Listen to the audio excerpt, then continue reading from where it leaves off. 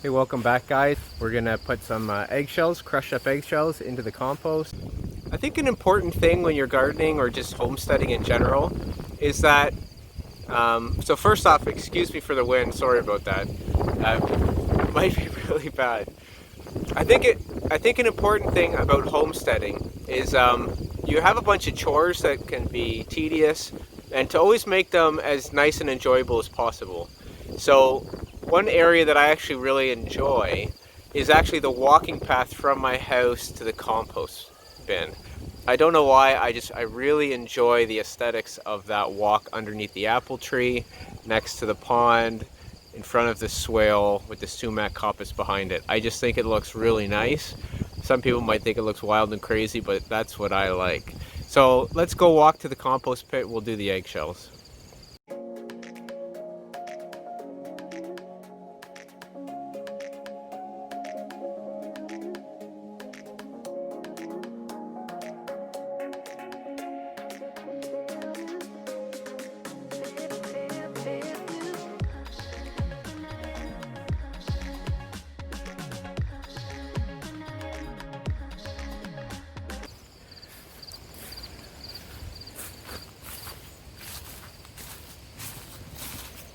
It's funny, in the wintertime, it doesn't even look like there's any plants here. It just looks bare and empty. And now you can't even see my second compost bin there that's just sitting there baking away. See if we can poke our head through these raspberries. So there's one there that's done and it's just baking away for a little bit. Turn it once in a while. These raspberries, I put raspberries around them because I thought, well, first off, I had a whole bunch of extra cuttings, and then I thought this area, because it's sitting compost, is probably pretty fertile soil. So I think I was right. These raspberries have really just taken off.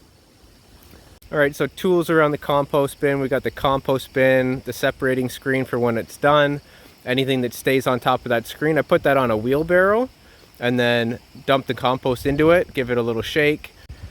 And we got the pitchfork to turn it. Every single time I put compost in, I turn it, so I turn it roughly every other day. Oh, someone's singing to us.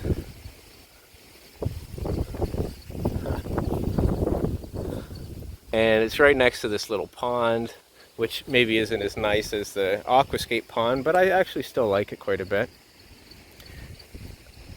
So we turn the compost, and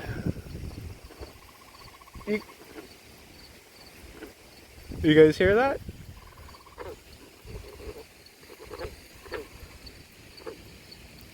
See, this is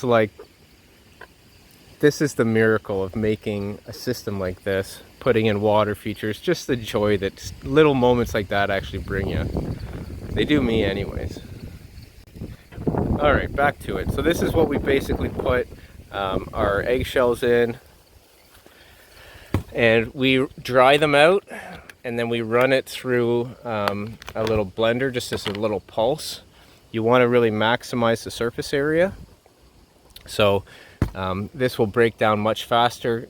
Eggshells take a couple years to break down.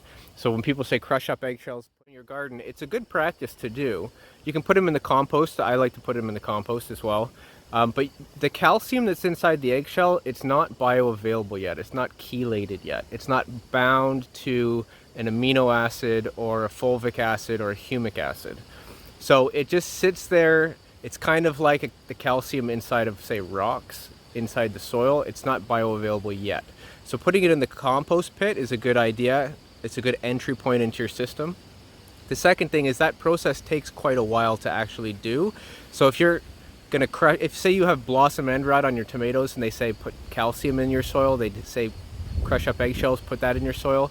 If you crush those eggshells up and put them in your soil, that's great long term. That'll help the tomatoes 2 years from now. It won't help your tomatoes this year, but it's a good practice to get into. So make sure you're recycling all those kind of, any nutrient at all. Eggshells are a great source of calcium. It's just not going to be bioavailable as soon as you maybe think it will be.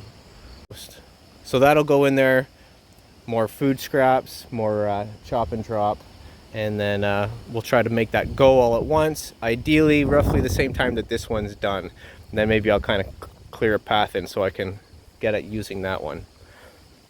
And then once that compost's done, I put it on the swale, just uphill of the swale. That's where it stays open. So I want it kind of broken down before I do that. I don't want animals getting at it. So I want it to kind of not resemble food anymore. And then once it's in that state, I'll put it out on the swale, and then rains will come in, hit the compost. It'll leach that compost-rich nutrient tea water down into the swales. The swales will spread it out all to my fruit trees. So that way, every single time it rains, it's an automatic fertigation event.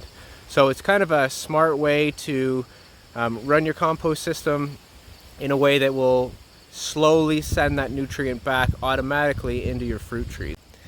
My mom actually saves hers as well and then gives it to me. So we will put that in there also. Oh, sorry about the camera. And then we'll give it a turn. It'll be hard to do one-handed, so we'll just give this a quick turn. All right, so we gave it a little turn, and then what I would like to do then is right next to the compost pit. Again, think about minimizing your work. So think about putting things in a place that's really quick and easy to do. So I have a big patch of rhubarb here.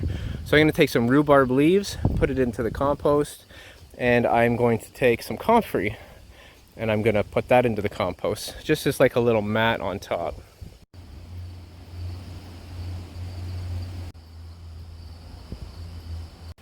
All right, so now we'll just lock it back up. Now this kind of just helps kind of shade the critters that are going to do any kind of cooler composting while this pile is being built.